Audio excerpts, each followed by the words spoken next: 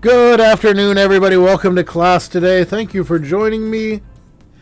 Whether you're watching live or you are watching the recording later on, I just want to thank you for watching, taking time to get involved in some of this material, right? We have a lot of material that's in the module for this module, right? The Module 2 content is very robust in this course, gives us a lot of stuff to discuss because responsive CSS is so large. So, even though we're going to be talking about it in this module and we're going to be working with it, we're still going to be kind of covering it throughout the remainder of the course, just adding stuff to our repertoire as we are getting deeper and deeper into, working with some advanced markup and scripting techniques this semester. So we are talking about responsive CSS today, making it fit. We'll talk more about what all that means as we go through. Just as a reminder to get us started off, don't forget we do have the study hall on Thursdays, 10:30 a.m. to 3:30 p.m. in room 3200 in Paxoy if you are able to join me, either online via Teams or in person in the room. Either is fine. I am monitoring Teams during that time as well as, just present in the room. So responsive CSS, we need to have some understandings about kind of what makes things responsive before we really get into this. And from there, we're going to do a lot of practical work today in terms of making something. So we need to start out with the idea of just kind of what responsive is, right? When we are working with responsive, we want to think water. And the icon's a little weird here, right? Because we are saying think water, but we have a little red droplet there just because the overall theme of the PowerPoint is, red in color. But we want to think water here. So regardless of what container water is in, it always finds its level. It always levels out. And so if I have a shallow, long, like cake pan, and pour water into it, the water will find its level. If I have a, tall, skinny glass vase and pour that same water into it, it will find its level. It will level out. If I have a jug or a cup that's big enough, the water will find its level. It'll level out. The water is conforming to whatever container that it's in. And so when we're dealing with the idea of responsive web design, a big thing that we're dealing with here is the idea that our website should really be like water. Our website should be, kind of akin to whatever container our website is in. So why would we want to concern ourselves with responsive web design? Well, each and every year new devices are pouring onto the market, right? Some of them have small display resolutions. Some of them have large display resolutions. And so as we progress, the further we go, if we don't really address the idea of responsiveness, our websites kind of break, right? Like if you look at some of the older websites that were made on like a 60 pixel column system way back in, the early 2000s and late 90s, and look at them on a very large screen presentation nowadays, they look kind of weird. In fact, we can kind of make one here and show us an example of that, right? Let me switch over to our full view here. I have a website that I can pull up here. Here's my source code, and I'll be sending everybody this code as well. So this is my HTML markup. I've got a tab over here for CSS markup. And I've got my live window right here. This is what it looks like right now. this site. And so as we are kind of working with this here, right now all I have here is my reset code. So this is all that's on that site so far. Just resetting my margin, resetting my padding, and changing my font family to sans serif. If we look at our HTML markup for this, we see we have a header here at the top that has the My Portfolio section. That's the My Portfolio section that is here at the top. A div with the ID of main, which while we're doing this, we may as well, or we have a main tag here, so we'll identify the main tag here. Div with an ID of main is kind of weird, but I use that to, I'll demonstrate Flex with that when we get to talking about Flex in just a bit, right? So we're kind of, the HTML markup set up a little differently than I normally set up some plain HTML markup, because I've kind of set myself up for success here. But inside of this main section, we have a section of text here,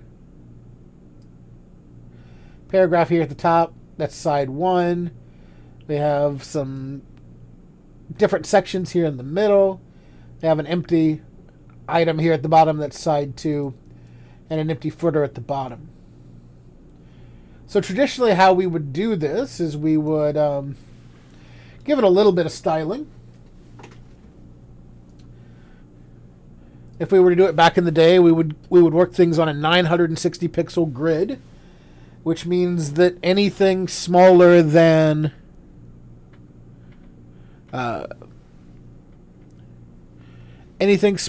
full width would be somehow divisible by 60. Right? And so typically that would give us a 16 column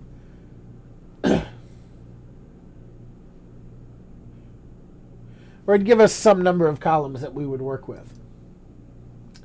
And every column would be divisible by 60.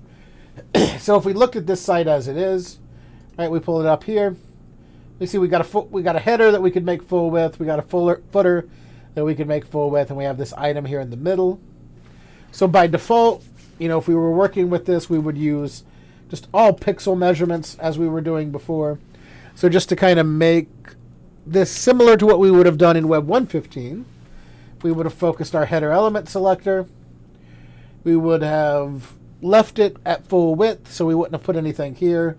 We'd have given it some kind of static height, say 180 pixels. And we would have given it some kind of background color. For our purposes, let's say, because I didn't really think about colors before I got into this morning. Let's just do like an RGB 78, 25, 25. So just like a dark red here, which would also mean that we could make the color of the text white in the header, right? So, and we got to put our semicolon here at the end. So we have a static measurement here in our header. Static because it's 180 pixels. Pixel is a static measurement. So if we go look at our site, we would need to save. Now if we look at our site, nice big header here at the top. Another thing that we might want to do is we might want to put a background color on the whole site. So we put that background color on the body. Let's give it a background color of, let's go for an even darker red than that. Let's start out there, but let's go for a real dark red. Let's go for something like 40, 15, 15. So still a red, but even darker. So we can look at it that way, but now our text is not readable because, right, it's on the dark red, almost black background. So we'd want to focus our main element selector, so that'd be a main. We would give this some sort of static width, like a width of 960 pixels, right? The 960 pixel main column was kind of the standard back in the day, right? Remember that 60 pixel grid, right? So every column is 60 pixels wide. So every item would be on a would be divisible by 60. So this would be 960 pixels wide, which is 60 times 16 is 960. So that's evenly divisible. We'd give it some sort of height, maybe 500 pixels. And then we would change the background color, in this instance, to white. And let's just give our footer the same styling as the header here. So we'll just add that there with a comma, header, comma, footer. That way we can just kind of get some stuff there. All right, so now we have our site here, and it looks like this. Right, and in order to center this up, we would use that margin centering trick that we've talked about before, which is margin 0 auto. Right, like that.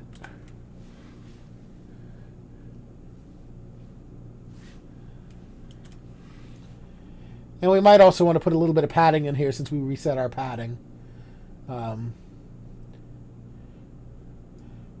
So this actually needs to, I put that in the wrong place. I need to put that down here. And let's put a little bit of padding on this main padding. Let's go 24 pixels. Right, so everything here is a static measurement. It's a pixel measurement. We'll talk more about what it means for something to be a pixel measurement in just a few moments.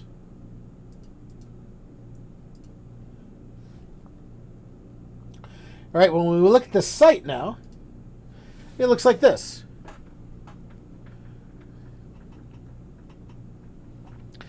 Right, on my monitor, which is a 1080p monitor, it looks kind of weird. It doesn't take up a whole lot of space. Right, I've got all these measurements here, and if I were to move this window around, we can see that my website is not flowing like water, that when I get it small here, I have text that runs off the side of the page, and I have this bottom scroll bar down here that's causing me some issues. And if I were to go even bigger, right, because like we have some 4K monitors that are even bigger nowadays, right, and I go, and if this could all fit on a singular monitor here, it'd be teeny tiny. So as we are progressing and we're getting more and more different types of devices that are existing in the world, we have a greater and greater need for responsive websites. A website that will flow, that will meet the size of the container that it's in, that will look good on a 4K monitor and also look good on a cell phone, right?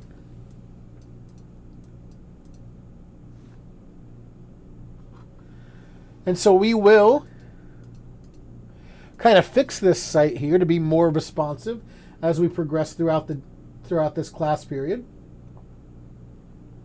But just based off of that, we can start to see a lot of the advantages of responsive web design.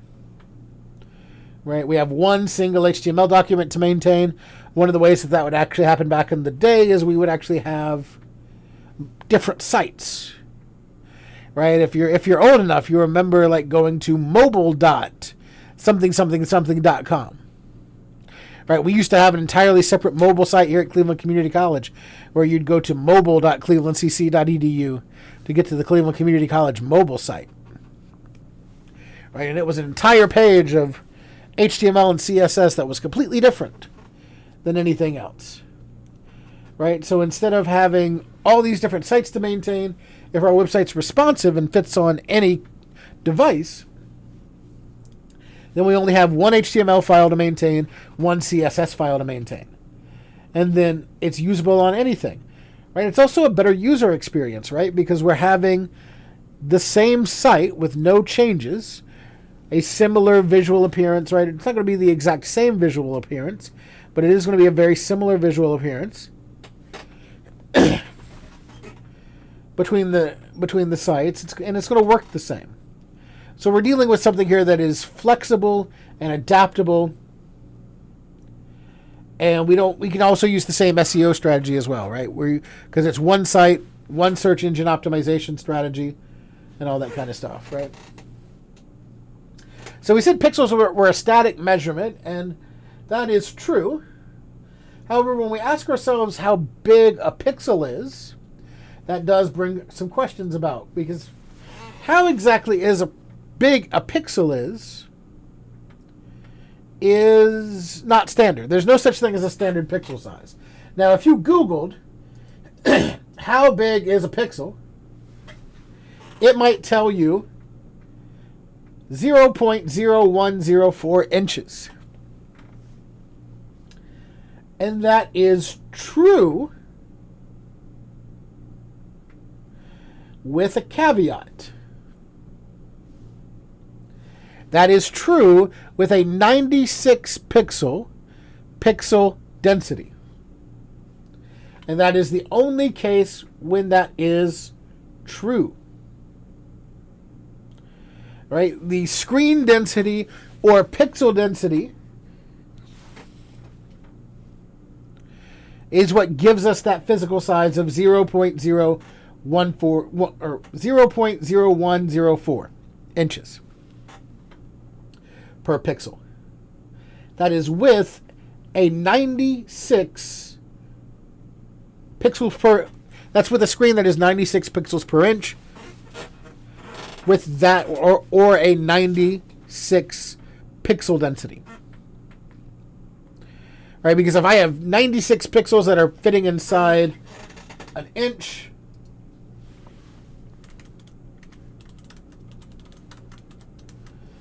that's the square root of 96 pixels on each side. That's roughly, like 9 pixels going up and down. A little bit more, right? We're just kind of shoving them in. But not all devices have the same pixel density. Not all devices have a 96 pixel per inch pixel density. Some of them have more pixels per inch. Some of them have fewer pixels per inch. Right? Like, if you look at a big screen at a sporting event. Right? These are using LEDs as their pixels. Right? So you have one LED as a singular pixel, and there's way fewer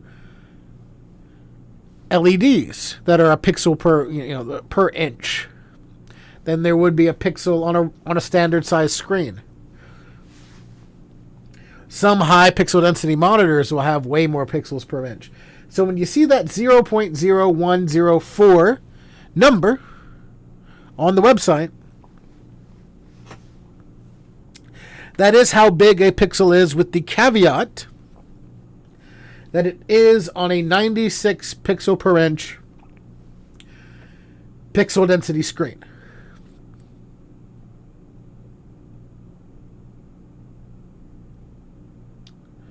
And I think since we're talking pixels, that is linear, right? Because we're talking about, typically when we talk about displays, we talk about scan lines. So I believe we're talking about 96 linear pixels per inch there. So 96 pixels in a straight line making up an inch. Which I would be able to do that if I did the math.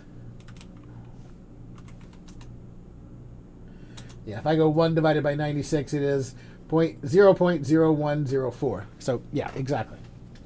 We are talking about linear instead of square. Right? Because that's another thing when we get into displays, is that displays are typically calculated by rows, scan lines. Right, instead of a square area. So when we're saying pixels per inch here for our pixel density, that's how much we're fitting in a single row of pixels divided by the number of inches the screen is wide.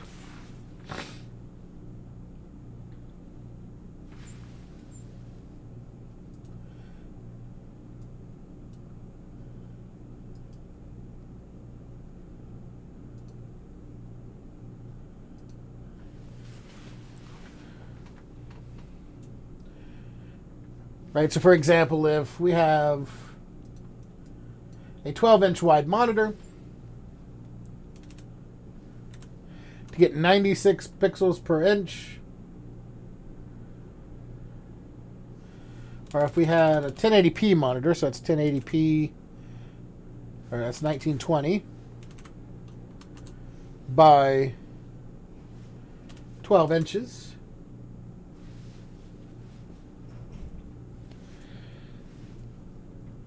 we'd have, well, we can't even really calculate it that way. We'll move on from that, because that's not really the right way we'd count it for pixel density, because our pixels kind of vary in size. So it all just depends on how many pixels per inch. We're talking about a linear inch, so it's how many pixels are in a row, and the width of an inch in a row on a line. So if our screen uses a bigger pixel, there are fewer pixels per inch, and as such, it has a different pixel density. This is all just to talk about that thing where if you Google how big is a pixel, you'll get 0.0104 inches. Right? Which is neither here nor there. We've just kind of tangented down a rabbit hole. But that's okay. So, but with the understanding of how big a pixel is and how devices have different amounts of pixels per inch, and how they have different amounts of pixels in their width, we also need to understand the viewport. And so the viewport is the user's visible area of a web page. So if we look at my viewport for my website that I'm dealing with here, that's the part of the browser here that we can see, right? So I can actually change the size of my viewport as I manipulate the size of my browser. Right, as my browser gets smaller, the viewport that I'm looking at my website through is also getting smaller, and vice versa when it's getting larger. You can think about like a viewport like a porthole in the side of a ship. You know, if you've ever been on a cruise or you've ever been, you know, on a historical ship or anything and seen, you know, the portholes that look out over the ocean, they're pretty small, and from that view, you get a very narrow picture of the ocean. But if the window's a little bit bigger, right, you can see a much wider picture of the ocean, right? So that's our viewport there. So the viewport's going to be smaller on smaller devices. We can also change how big or how small the viewport is as we're adjusting it. And there's actually something that we can do to help us set the viewport. And it's this line of code right here. This meta name equals viewport, content equals width equals device width, initial scale equals 1.0. And so this basically just gives our browser instructions on how to control the page's dimensions and the page's scalings. Right? So the width equals device width thing that we have here sets the width of the page to follow the screen width of the device, to follow that viewport.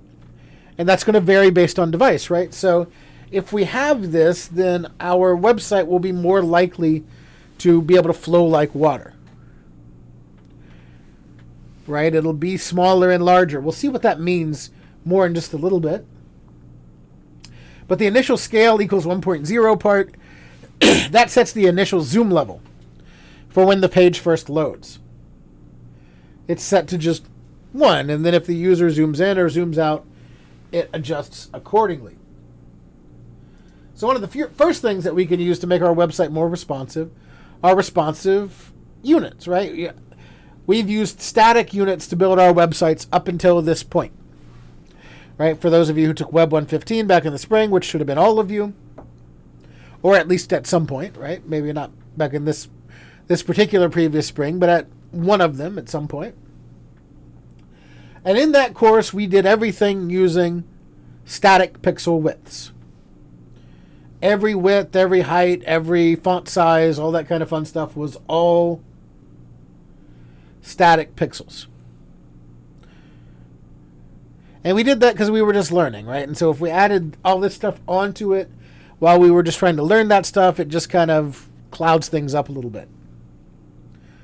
But now that we kind of know that stuff and we can progress forward, we can figure out our responsive units and how we can build our sites to be more responsive. So with the way that we kind of set that site up a minute ago, we set it up the old school way that we used to do it, the old Web 115 way. But now we have the ability to do it in a different way. And so the first thing here, the one thing that's going to be the easiest responsive unit for us to kind of understand is going to be percentages. Percentages are intuitive, right? The only thing that's really not intuitive about the idea of a percentage is that it's relative to the parent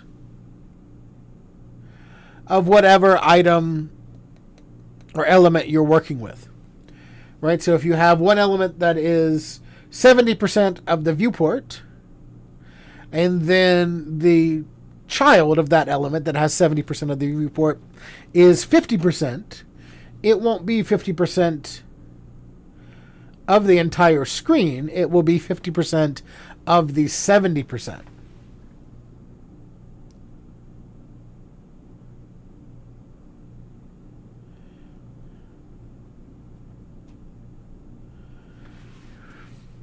The other issue is height. And height's kind of weird.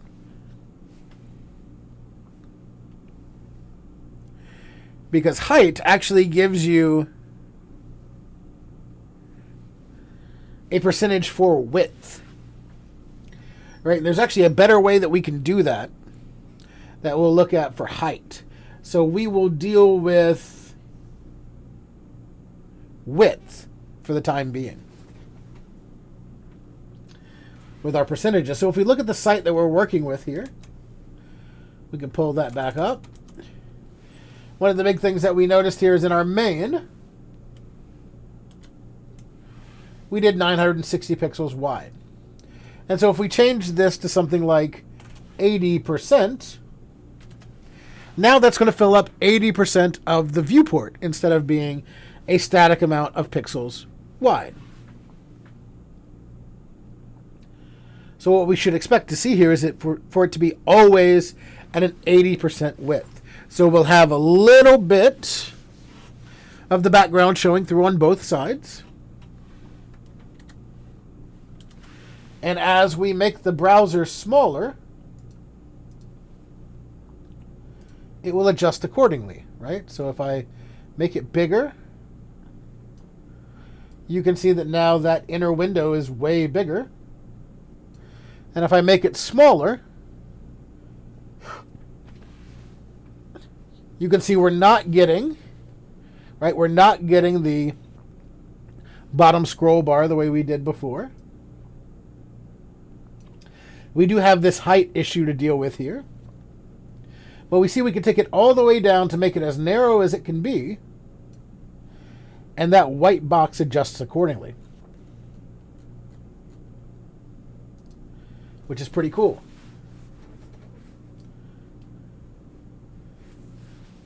So let's address this height thing here.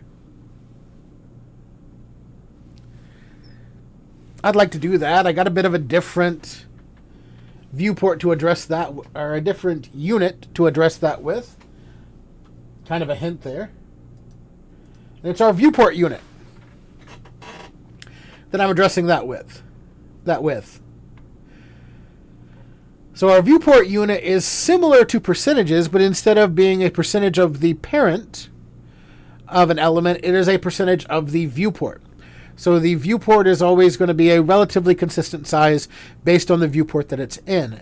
And when I'm doing responsive heights, This is one of the places where I like to do responsive heights. I like to do responsive heights with my viewport units. And now we can use viewport units to size anything. Not just the boxes for elements. We can use them for, just like percentages. We can also use them for text. But we won't. For our purposes here, we're going to use a different set of units for text to make our text responsive.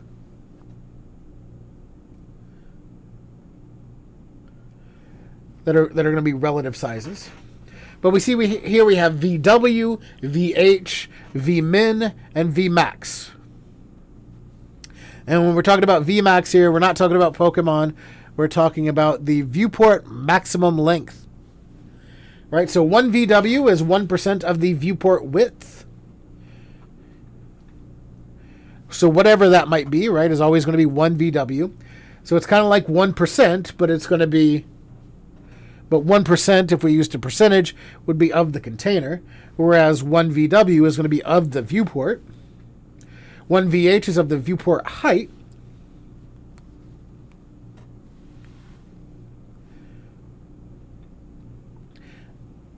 One Vmin is going to be 1% of the smaller dimension, and then 1 Vmax is going to be 1% of the larger dimension, whether it is width or height.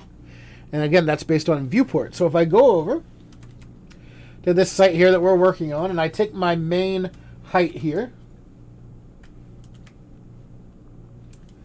and I change it. Right, so I don't just want to deal with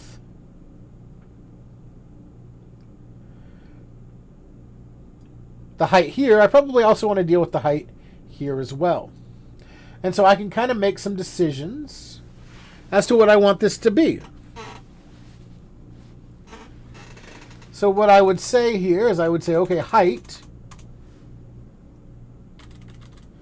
And I don't know why I deleted the whole height there, but I can look at the header and I can look at the footer and I can say, okay, well, maybe I want the header and footer to be 25% of the viewport height.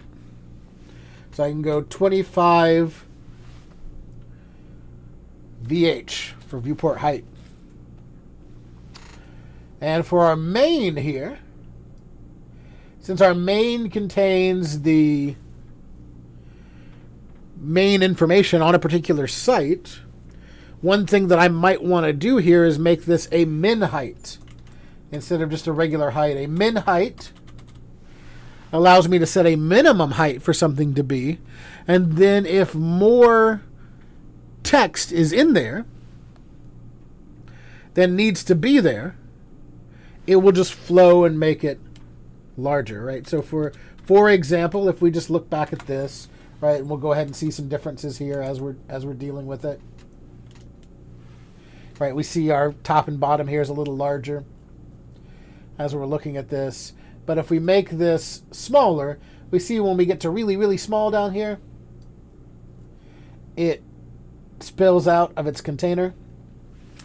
If we use min height, it's going to give us a more fluid height, which is going to mean that we can put as much text in there as we want and it won't spill out anymore. Right, so what we're doing here is 25% 25 VH on the header and the footer, which is 50 VH of the whole viewport. So what I might want to do for our main here would be, instead of height, do min height of 50 VH. So now 50 VH is the minimum, regardless of the amount of text in it. And then if the text fills up more, it takes up more room. And so we can see that example if we go here. Right? We can already see it there, right? Our box is reflowed here. And it's taking up, all of our text is in our white space, whereas before it was spilling out of the bottom.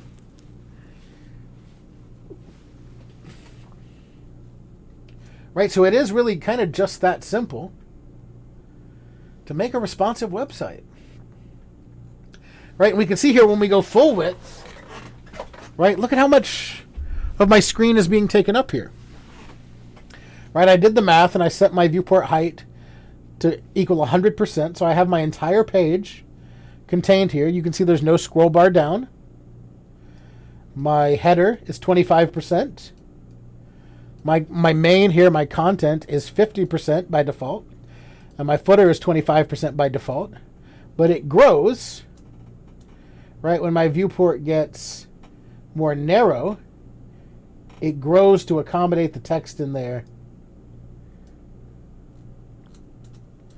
And so we can see here the height is the same of the viewport as it was. But I have to scroll a little bit now because it is growing to accommodate that text that's in there. Right, and that's because we used our viewport height here. So we have a couple units here that are still going to cause us some issue. Right, we have a padding here. That's going to cause us some issue. We have a font size that we might want to change here. Right, we might want to set us up a little bit of a font size system for us to work with.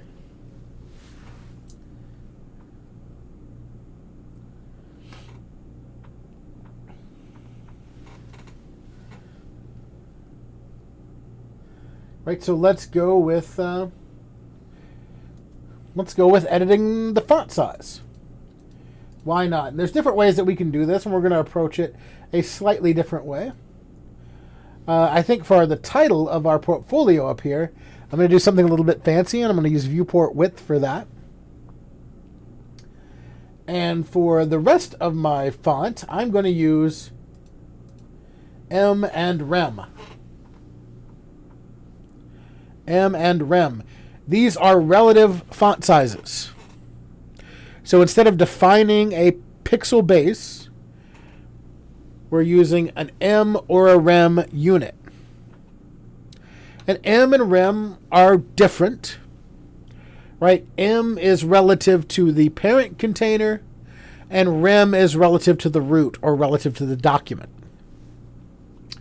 Right, so one thing that I might do is I might set a document at one thing, and then set M and then set my Rem to be something else as I go through.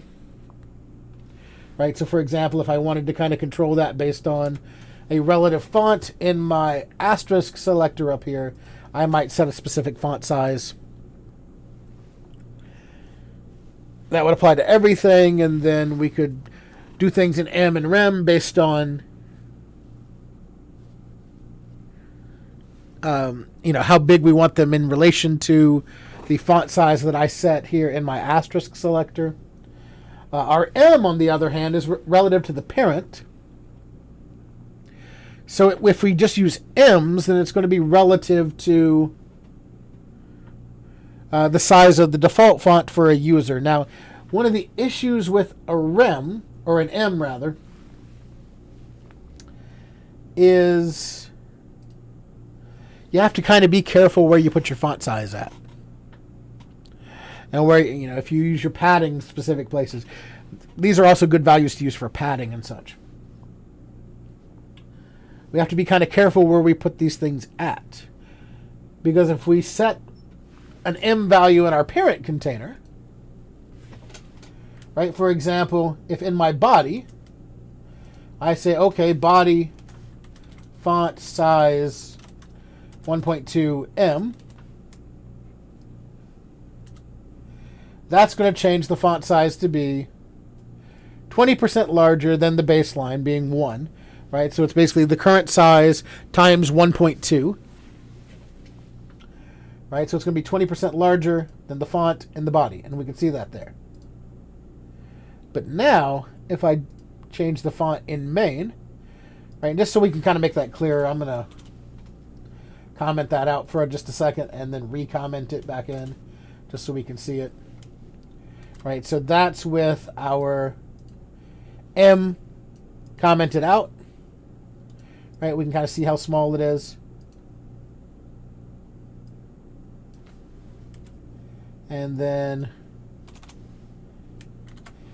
here we go with it brought back about 20% larger. If we wanted to make it more noticeable, which I think might be good for our purposes here, We can just do something like 1.6. That's 60% larger, right? 1.6 times whatever it would, whatever the default is. And save it. And there it is, much larger.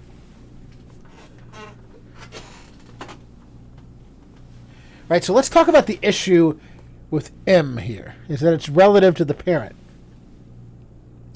So if I set a size like that, and then come in here in main and set a font size of font-size 1.2 M,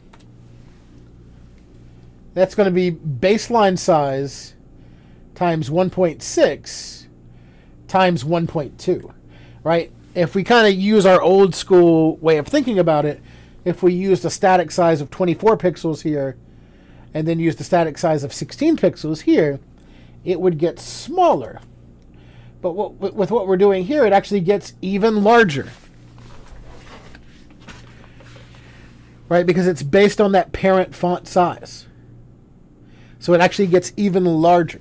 So that is one place where we have to kind of watch ourselves here when it comes to doing relative font sizes with M. Now, the thing that would change would be if I went to rem. And this probably isn't a good example because it uses the body here. But actually it is, right? See, we see if I go to rem, that's of root, not of parent. So I haven't set. So in order to get that root, I would either need to put it in my asterisk selector or put an HTML. Right? If I put an HTML selector in here to select my HTML tags, that's selecting the root of the document. And if I put font size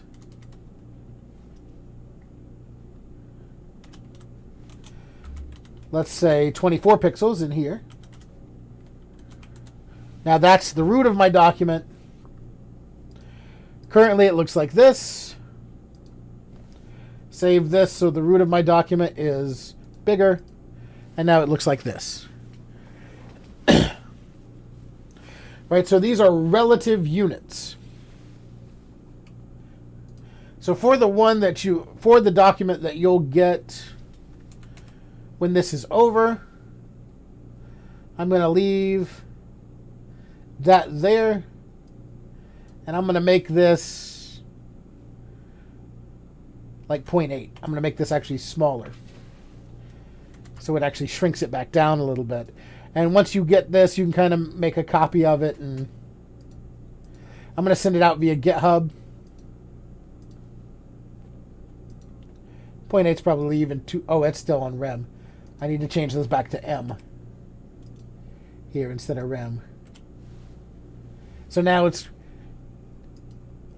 going to be the default size times 1.6 times 0.8. So 60% larger and then 20% smaller of that 60% larger. A little bit confusing, but again, the more you play with it, the better you kind of get. And we can see here as we kind of change the size again, our container flows as we would expect it to. We could also do this with our padding that we have here. And that's actually one place where I really like to use M. Because if I have a padding that's set, I can get relative padding based on inside and outside parents. So if I set a padding on my body, which I won't set a padding on the body, because I like my things to go right up to the edge. Right when we're looking at, like our header here, I like that to go right up to the edge of the screen.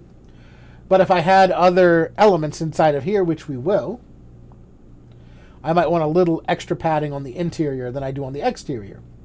So for now in our main, we can kind of change our padding here from 24 pixels to maybe be 1.2 M. And we can kind of just see what that would do with our padding. That's going to be roughly the same as 24 pixels. And we can see that there. But don't forget we have sections in here that we're going to address in a few minutes when we talk about Flexbox or grid. I think I'm going to do it in Flexbox because I normally do a bunch of examples in grid. So I think I'm going to do this in Flexbox. But the other thing that I said I'd show you all before we get off of font size is the viewport width. So one of the things that I might want to do here is address my portfolio text here at the top with viewport width. This is really neat. This is a really neat little trick here that I like to do. So with viewport width, it makes each character that percentage of the width. That's how viewport width works with text.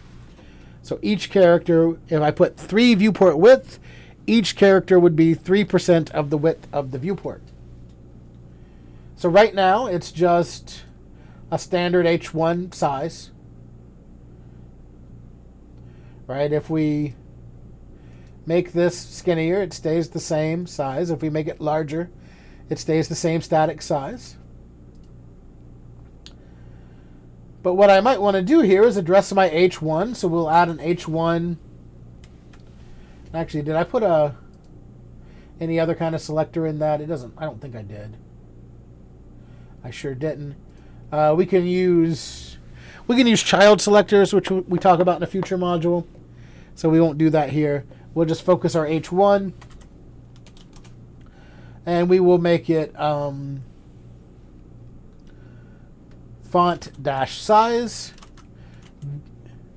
will be 3 VW. Let's try 3, and if 3 is too big, we'll shrink it down. If it's too small, we'll blow it up. 3 VW. And it's too small, right? You can already see it's too small because it got smaller.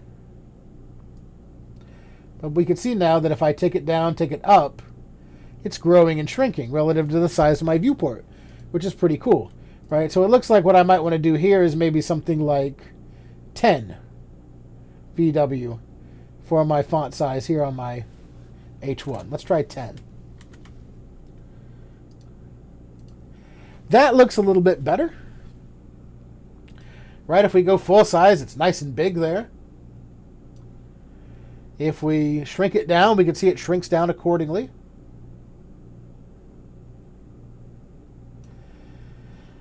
I can add some stuff to this to make it look a little bit better. Like I can add a text align center. Here I can add, what else might be good? A line height. Maybe do a relative line height here. What if we did 10 VW as a line height and tried that out? You can do viewport width on a height. It's just going to be relative to the width instead of the height. Right, so there is that. So if we look at it now, we are saved. Then we go back over here.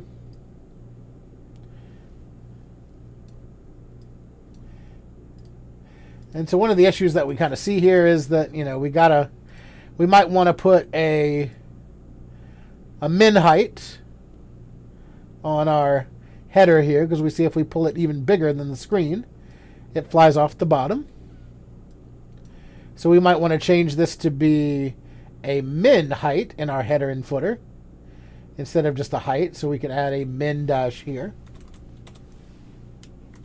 So now when we save that and we look at that here, it adjusts accordingly, fits our portfolio in the header. And if we shrink it down, we get that. Now, there is something here where we could do to make this shorter. My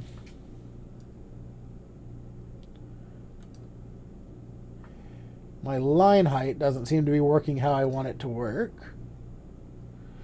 Let's try to do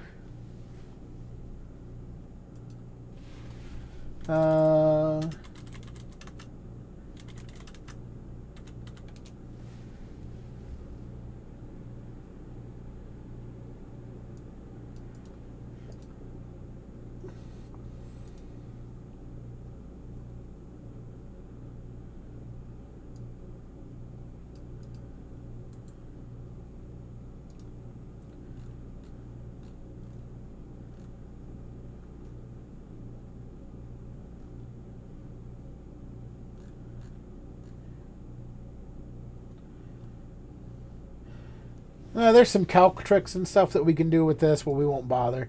Let's just put some padding on it. Or margin. And just work with it from that. We'll go padding of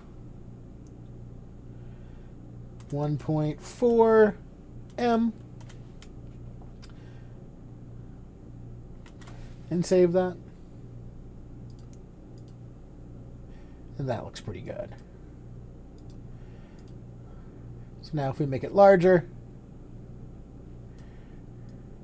still looks pretty nice. It's a little big, right? 1.4 might be a little too big. Let's go to, let's just try like 0.8 because we don't need, we're going from 0 padding and we're putting some padding on it. That looks pretty good. Right, we can get a little bit smaller. All right, let's maybe go, let's go 0.4. Let's just put a little bit of padding on it.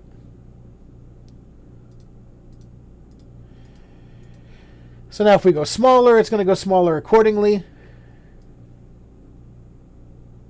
It's a little weird here, but again, we can fix that with media queries, which we also talk about in this module. And if we get larger, it looks good larger. So that's pretty great. Now, as a recommendation for this, only use viewport width for font sizes when you're going big.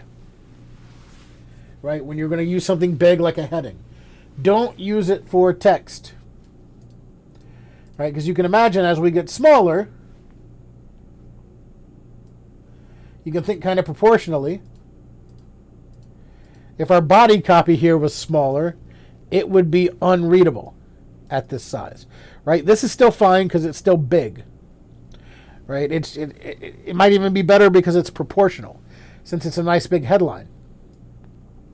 But our body copy, things that we want readable, need to be a readable size. So we want to make sure that we're not using viewport width on our body copy there.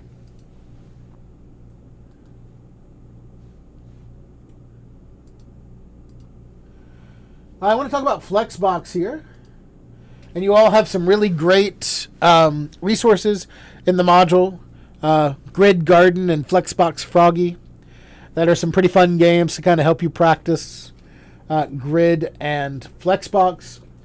Flexbox is a one-dimensional layout tool, which means it can only lay things out in columns or rows.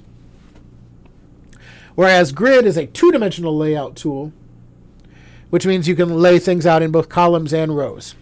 And so in general examples and examples that I do for the future, I will be more likely to use Grid. So I will do more examples of Grid in the future. For now, let's look at Flexbox. And the module also talks about Grid. So for the sake of time here, since we're already like coming close to an hour, we'll just talk about Flexbox.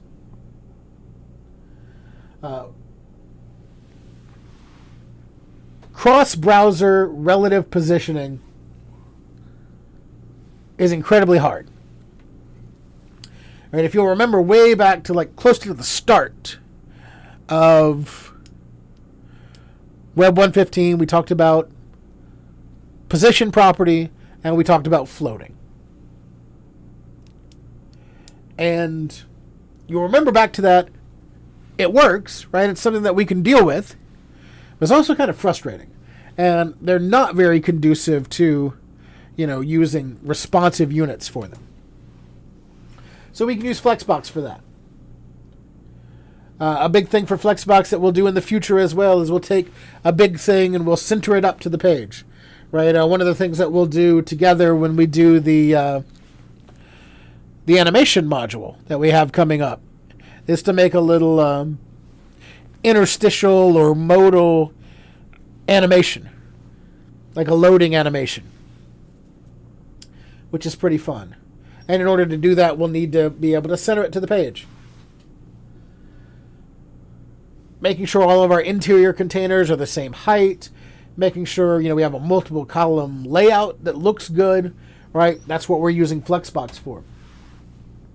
So to start out, we need to figure out which elements need to be flexible boxes And then on the parent of that element, we need to add display flex to the parent. And that causes the parent to become a flex container. So if we look at what we've been doing here, right, you remember I said that that's why I set this up like this for that reason, right? Why I made this div ID equals main and then put these sections in there. So I could make this its own flex container. And so to make it clearer, I'm going to change that from main to flex. The ID there. So now the ID equals flex. And so now if I go into my CSS, I can focus the class of flex, which is hashtag flex. And I can add a display flex to that. And that will change this div to be a flexbox container. Just like that. So let's save everything and go and look at it now. Ooh. Look at that. Interesting already, right? What just happened here?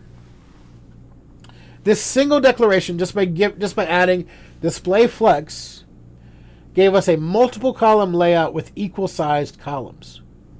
What's even more interesting in that, which is even a bigger deal, is that all of these columns are the same height. Like if we go back to this site here, we can see, like if we take one of these columns and we inspect it, and we can see it there as we go wider. If we look at the box model for each of these columns, for each of these sections, we can see that blue box is the exact same height for each of these sections. That's a huge deal, right? It did all of that for us just by adding a singular line of code to our CSS. One singular CSS rule.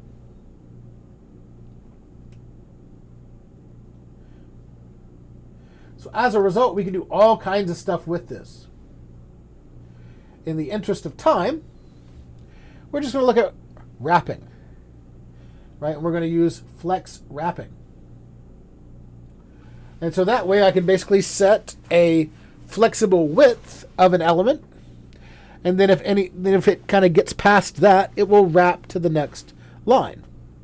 So it'll never break its container. Right? So we would add flex wrap to our parent element, and then each of our children that are flexible get the flex size. Right? So here we can take it in our hashtag flex. We can add a flex dash wrap will be wrap. And then here in our children, just to kind of keep it a little clean, we'll use something from the future. We'll use something that we'll be talking about next week, which is our relative CSS selectors, our complex CSS selectors. We'll use a child selector here, so we can use the hashtag flex greater than symbol section. And so what that tells my browser is any section that is a child of an element with the flex class, or an element with the flex ID rather, not the class. Then we can add this to it. We will add the flex, and we'll add a flexible width. And that flexible width can be anything, right? We can do 50%.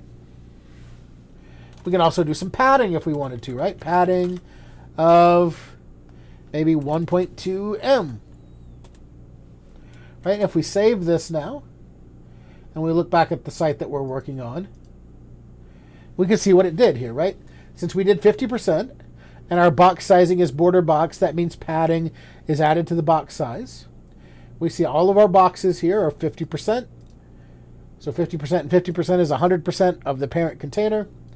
And then it passes over to the next line. It wraps around to the next line. So I can keep adding element and element and element inside of here.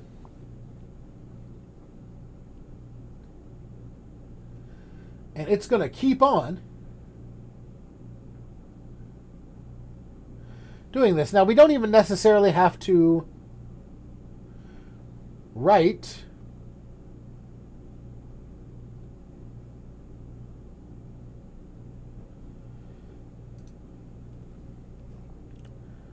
a percentage here. We can just add a number. We could say 2. Right? When we have 2 here, it's going to change things a little bit differently, right? And that's gone a little bit backwards. But that's how it would look with everything across the line. So we could do that with 50%. We could do it with 30%.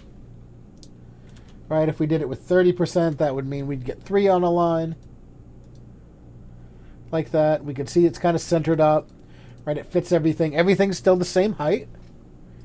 Right? If I went in here and I inspected and we hovered over each section, we can see each section is still the same height. We can look at the entire flex box this way. It's pretty neat, right? And if I added more to this, if I added more of these paragraphs, right, like if I took 2 of these sections here and copied them and pasted them in there, it's going to just flex and flow accordingly. Right? We added one more here to this row and added another row for the spillover. Right? And again, the big deal here is that when I shrink this down, it's going to do it. Like, it's going to do everything automatically. In fact, in our flex box here, this might be a good place where we can still use static measurements. Right? We might not want to use them. Or we might want to use a viewport width. Right? Like if we did things as 25 VW or whatever. But if we did things as a pixel width, say, we'll do things as, say, 300 pixels, then we're going to get more or less things on a particular row based on how big our window is. Right? So here when we're small, if we're doing a specific pixel width, we're getting 1 item per row because that's all that can fit in a singular row is 1 300 pixel item. But if we get bigger, we get more columns in our rows. Right? Because we get more than 1 item that can fit into a specific width. So if we were just the regular window size here, we see we can get 4 on one row, 3 on the next row at 300 pixels width apiece. And if we shrunk it down to what would be closer to mobile size, then we get 1 per row. And so this is the kind of thing that a lot of news sites do, right? If you see like these sub news articles that are going below the headline, right? This one here that's on its own is like the like the leading article, and then everything else here is like the sub articles. All right, and if we're on mobile, they all get their own line because if we tried to squeeze them all in there into a really small postage stamp size, you wouldn't be able to read it.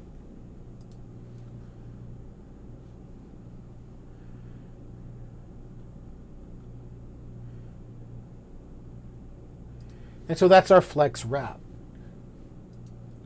Now we've blown past this. I want to do a media query example before we go. So before we stop today, I want to do a media query example. And we're going to do this on the header, right? So when the header gets small, we'll shrink down, or when our viewport gets small, we'll shrink down our header just a little bit. A media query takes our website more from being responsive to being adaptive. Right? When we're talking about responsive, we see kind of the things that we've been seeing the whole time, where I can kind of take the window and make it as wide or as narrow as I want it to be, and it's going to reflow the content inside accordingly. But when I'm dealing with adaptive content, it's going to wait until it sees something happen or until something fits a category, a condition, and then if that condition is met, it's going to change the CSS that is loaded to be whatever condition we give it. Right? So essentially how media queries work is it's more like conditionals in regular programming. Right? It's going to be listening for something to happen. If that thing happens, it can apply a different CSS style based on whether or not that condition is met.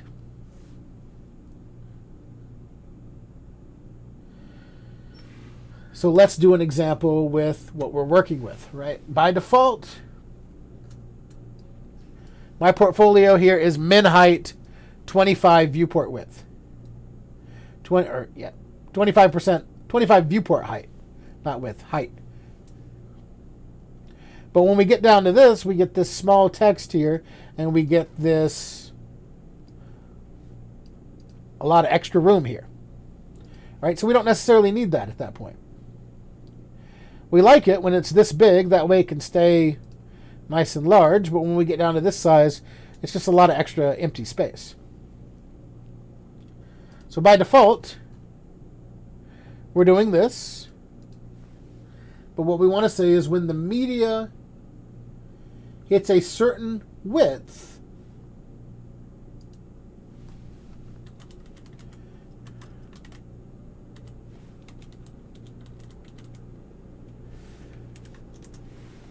we want it to get shorter.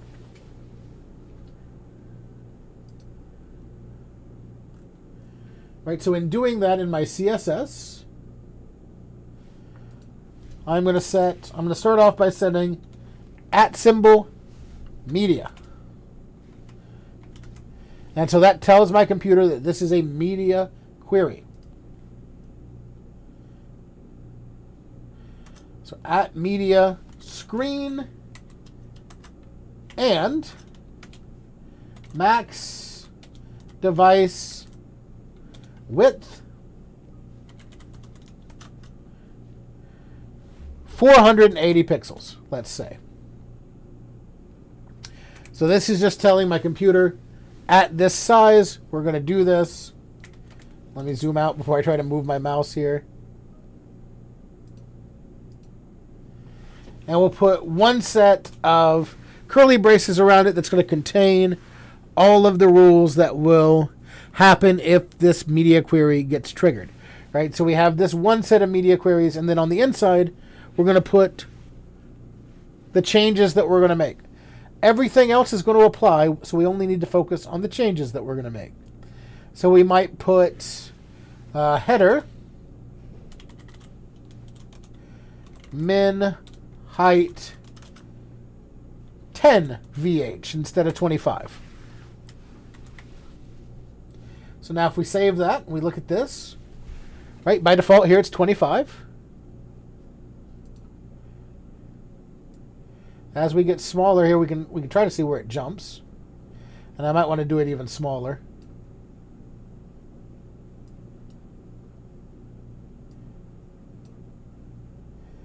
Let's do it at like 3. Just so we can really see it.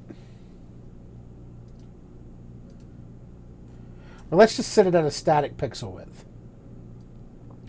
Or a static pixel height, because it's giving me min height and it's giving me, yeah, it's still giving me this padding here of 0.4 em. So let's change our padding to, let's change it to 0 for our testing purposes. And see how that changes it. Okay? And we'd want to do that on the H1. Right? So everything that's being applied here is being applied to the header. So we'd want to apply our H1 stuff to our H1. Notice that we're still inside our curly braces here. So padding 0. Let's reset our line height here as well to 0, just for testing purposes. And now our min height is 3 viewport height. So if we look at it, Hmm. Did I typo something?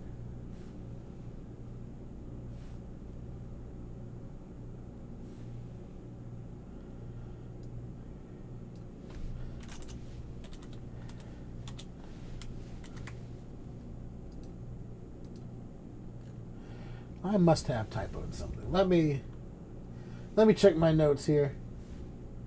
Because if that's not working, then I must have typoed something.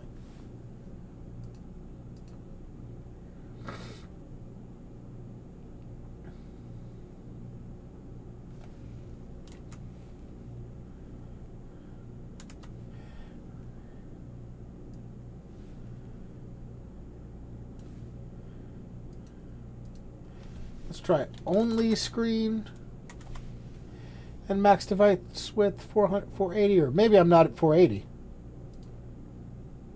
That's also a possibility. Let's up this max device width to something like 600.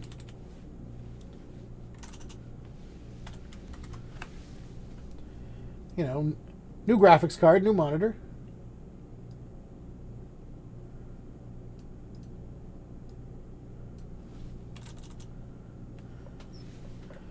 So we might have to do some testing here to figure out what resolution that is.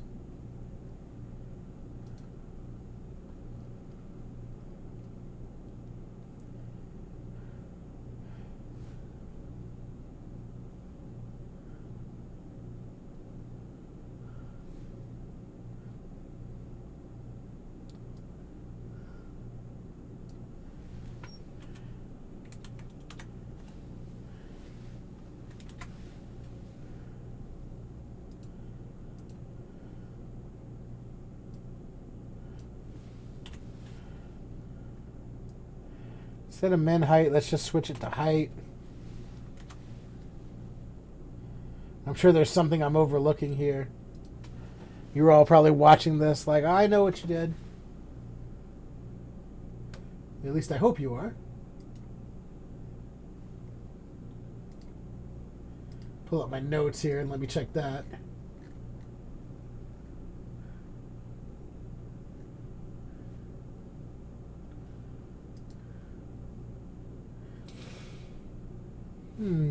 What did I do?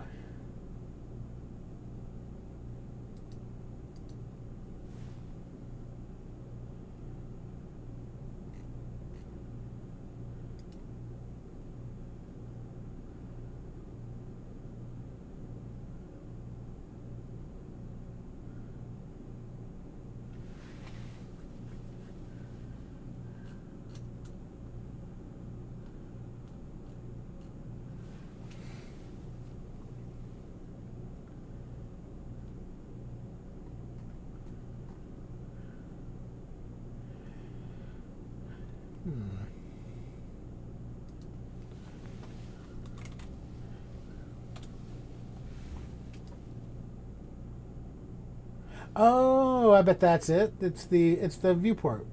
It's the font size. Right, but that should still be working. Because that text box is... Let's use our inspect element tool here and figure this out. We can do it, I believe. Right, so if we hover over our H1 here, we see okay. There's that. We can see that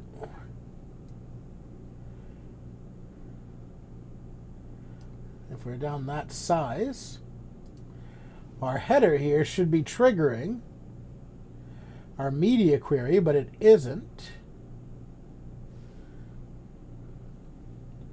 Because at this point we're at 360 by 290, or 239 rather.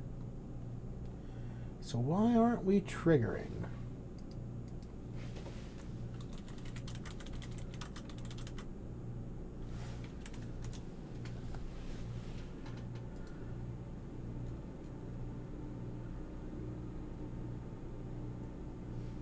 Oh, did I forget to add my meta tag in this one?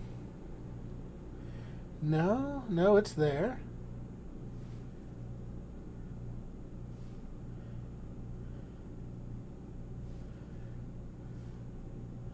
So that's right.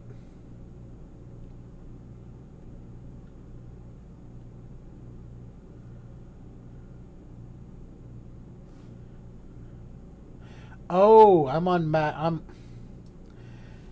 not max device width, just max width. Screen and max width. Now that'll fix it. Now we'll have to change everything and break it. Let's set that at a 500 pixel. So now when we go back here, yep, we see there that it's much smaller. Let's do it instead of 10 pixels, let's do it at a 10 viewport height.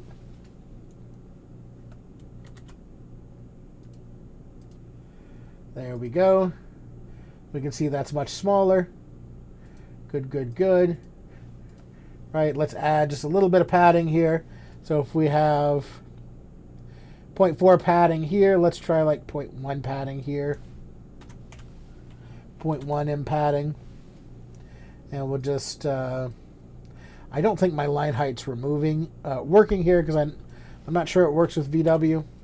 So we'll just remove our line heights altogether.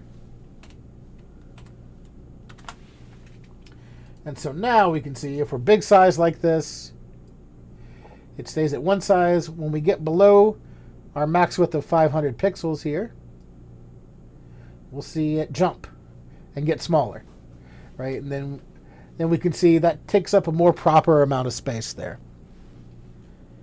Good. So we went way over time there. And when we get bigger, we see when it hits 500 pixels, we see that jump.